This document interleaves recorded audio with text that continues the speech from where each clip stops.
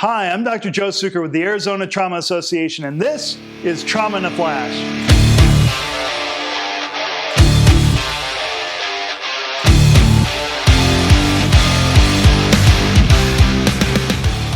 Joint dislocations are common reasons for emergency room visits, and shoulder dislocations amount for nearly half of all traumatic dislocations. Anterior dislocation is the most common pattern, accounting for nearly 95% of all shoulder dislocations. This occurs due to blunt trauma with the arm abducted, extended, and externally rotated. It is often seen in combination with labral tears, greater tuberosity fractures, or fractures of the humeral head. In the elderly, it is more commonly associated with rotator cuff tears.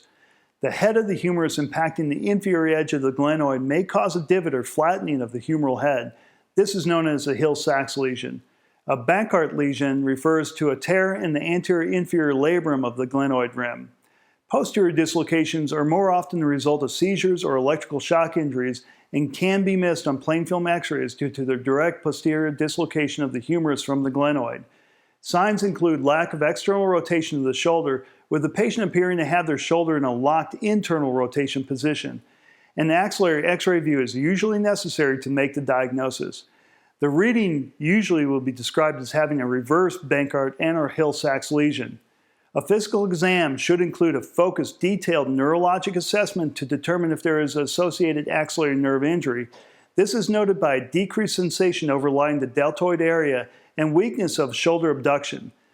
The axillary nerve injuries are noted in 3 to 40% of shoulder dislocations, with a higher incidence noted in patients over the age 60.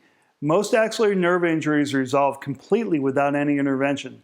However, there is a small fraction of patients with high-grade injuries that will experience a chronic functional deficit. Risk factors for high-grade nerve injury include proximal humerus fracture, scapular fracture, vascular injuries, a shoulder reduction that's more than 2 hours after the dislocation, and deficits that include additional brachial plexus palsies. Patients with symptoms of nerve injury should be considered for MRI and referred to specialty consultation immediately, as some high-grade axillary nerve injuries are amenable to early surgical intervention. In our next video, we will cover one technique that shows easy reduction of an anterior shoulder dislocation utilizing moderate IV sedation for optimal patient comfort. Thank you for watching this week's episode of Trauma in a Flash.